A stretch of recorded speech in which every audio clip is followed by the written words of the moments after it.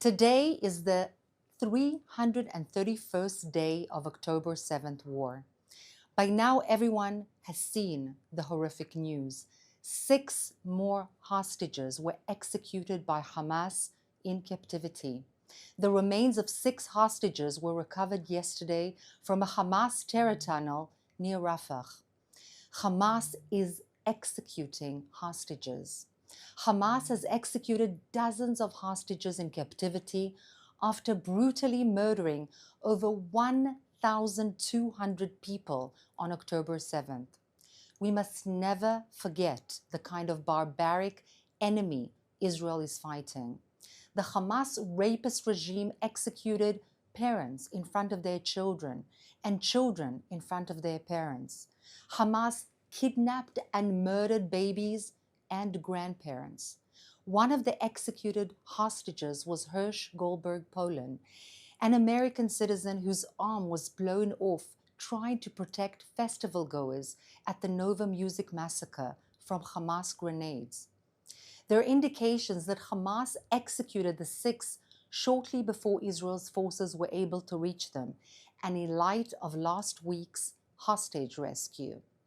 US President Biden said that he is devastated and outraged by Hamas' latest murders, and he pledged that Hamas leaders will pay for these crimes. These are his words. Israel's Prime Minister Netanyahu talked of the cruel enemy who wants to murder us all on 7 different fronts. He added that whoever executed our hostages is not interested in a hostage deal. Hamas is demanding Israel capitulate to allow it to take more hostages while executing the hostages it has already been abusing for 11 whole months. Israel wants a deal to bring our hostages home from Hamas terror dungeons today. Israel wants a deal that won't allow Hamas to kidnap yet more hostages tomorrow. Israel wants a deal that won't allow Hamas to execute more innocent civilians ever. The war that Hamas declared on the people of Israel cannot end with hostages in Gaza and Hamas on its feet.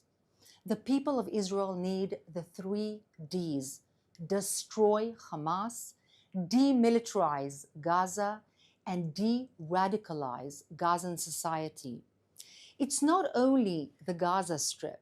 Israel is fighting a war on 7 fronts.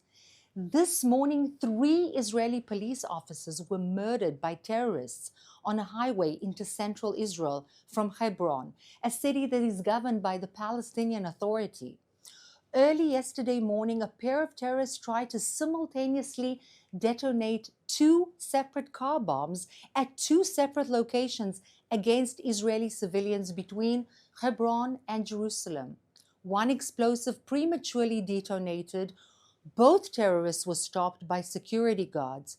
Several people were injured. Thankfully, no innocents were killed on that occasion. Israel is investigating the possibility that these coordinated attacks were planned by foreign agents. In fact, Iran has been behind flooding the West Bank with explosives and weapons, and is largely responsible for radicalizing the West Bank in general and strengthening the Hamas and the Islamic Jihad in it in particular. Last week, a Hamas suicide bombing was narrowly averted in Tel Aviv. Countless lives could have been destroyed. These murderous attacks are exactly why Israel's security forces have been carrying out major counter-terrorist raids to prevent the next murderous attack. I'm just reminding our audience that the West Bank has been governed for the last 30 years by the Fatah-dominated Palestinian Authority headed by Abu Mazen, aka Mahmoud Abbas. Hamas and Fatah, the 2 main Palestinian factions, hate one another but agree on one thing: from the river to the sea, meaning no Israel. Israel needs to ensure security for its people against the entire Iranian ring of fire that is threatening Israel from 7 fronts. One last item that is not getting enough attention. As I speak, Israel is facilitating a polio vaccination campaign for children in Gaza. Together with the World Health Organization and UNICEF, Israel brought in 1.3 million doses of a special polio vaccine meant for 600,000 children in Gaza. Most of these children were already vaccinated. In fact, as per the World Health Organization, Gaza had an optimal vaccination rate before the Hamas attacks. These doses are special vaccines meant to protect from a new strain of polio that has recently appeared from Egypt.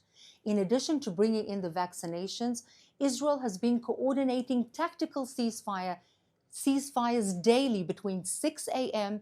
and 2 p.m., as well as daily humanitarian situational assessments together with the international organizations.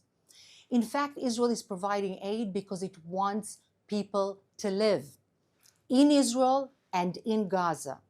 Hamas, on the other hand, wants people to die in Israel and in Gaza. Hamas needs to end the war that it started on October 7th, lay down its weapons, and release all the hostages. Now let's take some questions from our audience watching live on social media. We have a lot of questions today from people watching across our social media platforms. I'm going to combine a couple from Robin on Instagram Live, from Ed on YouTube. People are asking about Israel's needs on the Gaza-Egypt border, on the Philadelphia corridor on the one hand, and also asking what kind of deal is available. What do we know about what Israel is negotiating to free the remaining hostages?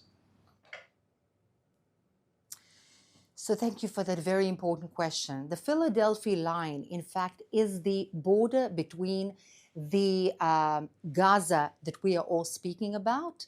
In fact, it was ruled by the Hamas until recently, until the IDF went in, and Egyptian territory.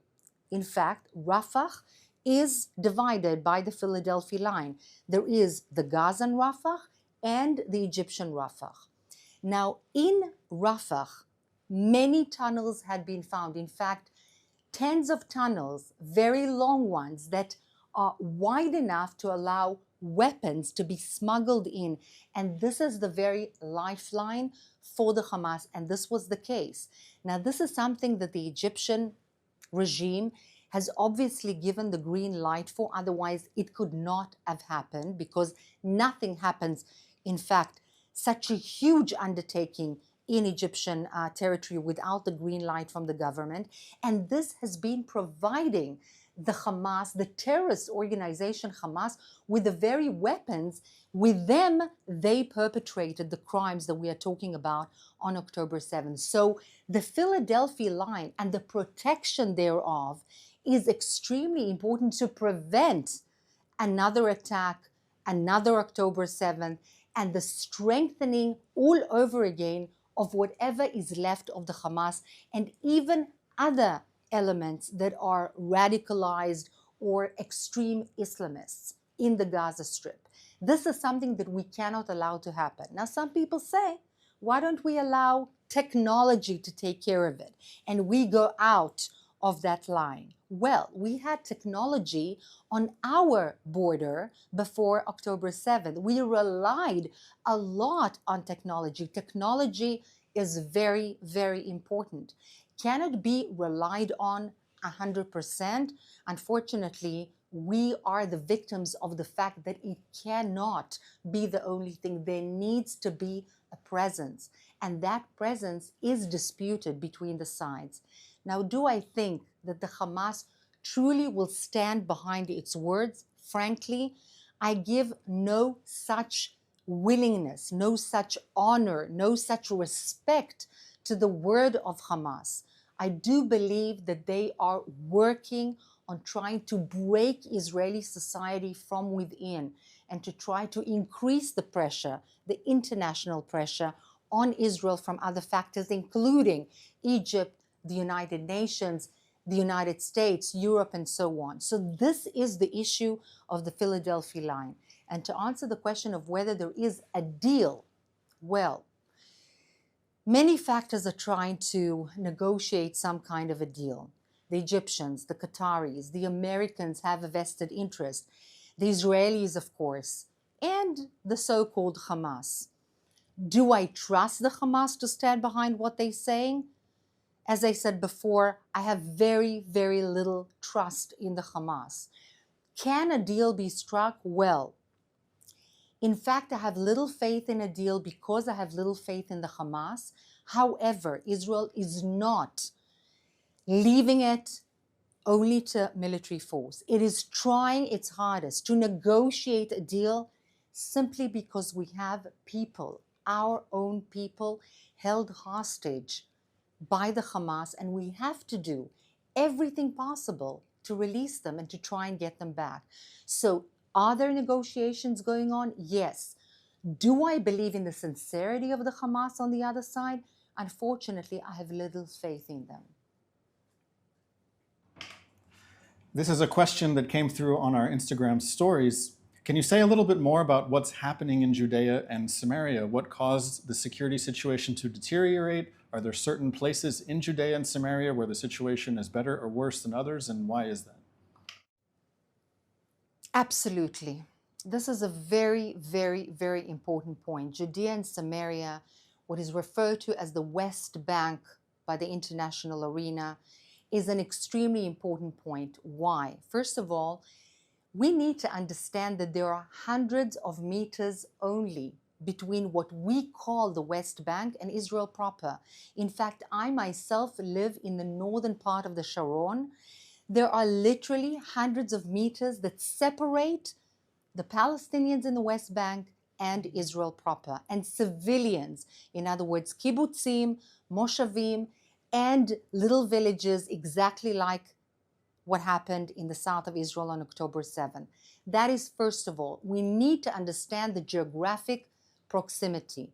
Second of all, one needs to understand that the West Bank has been governed in the last 3 decades by the Palestinian Authority, the same Palestinian Authority that is headed by Abu Mazen, Mahmoud Abbas, the one that is so-called the president of the Palestinian people, recognized by the international arena.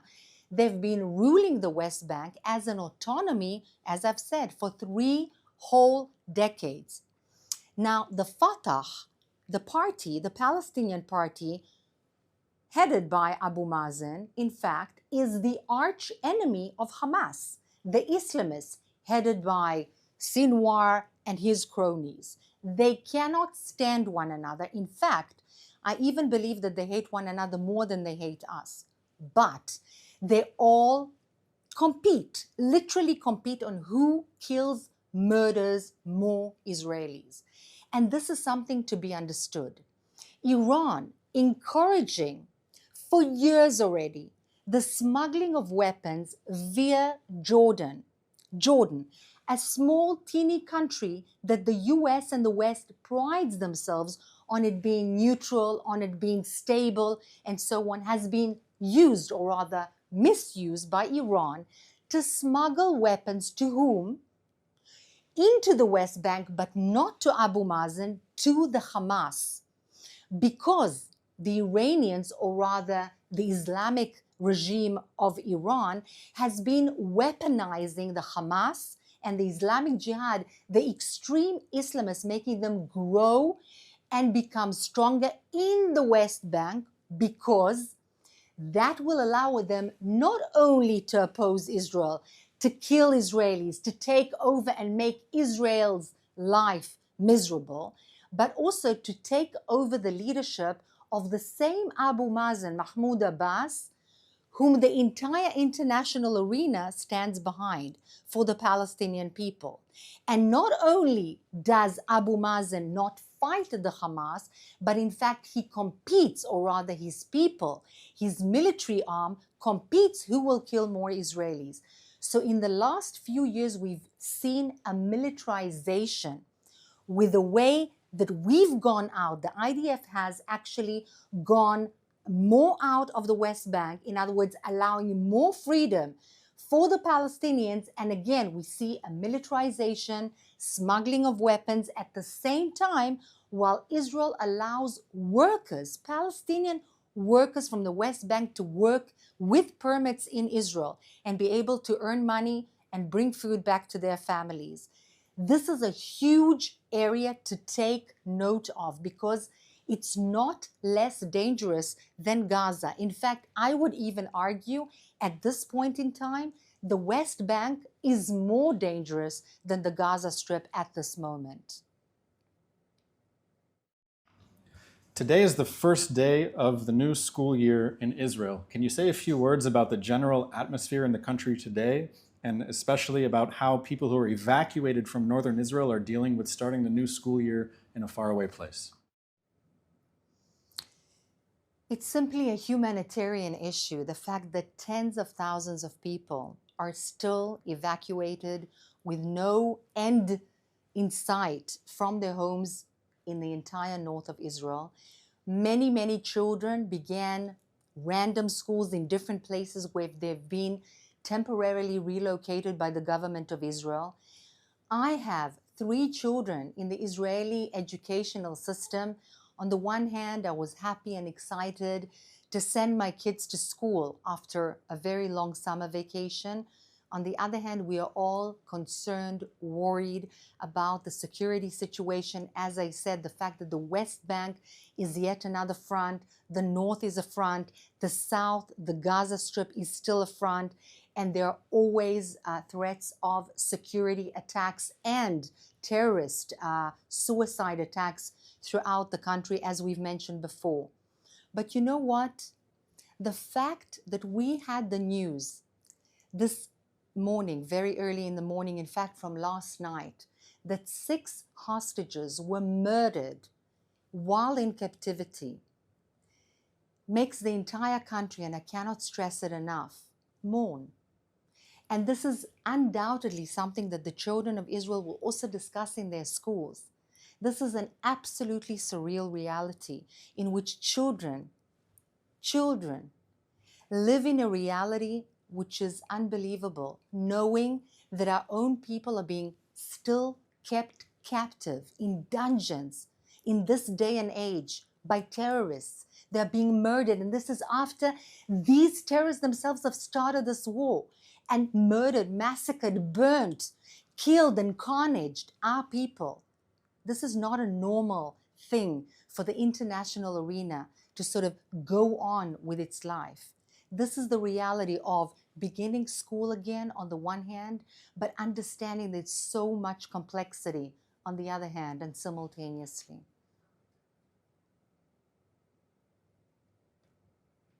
Thank you so much for all of your questions, and we'll be back tomorrow at 3 p.m.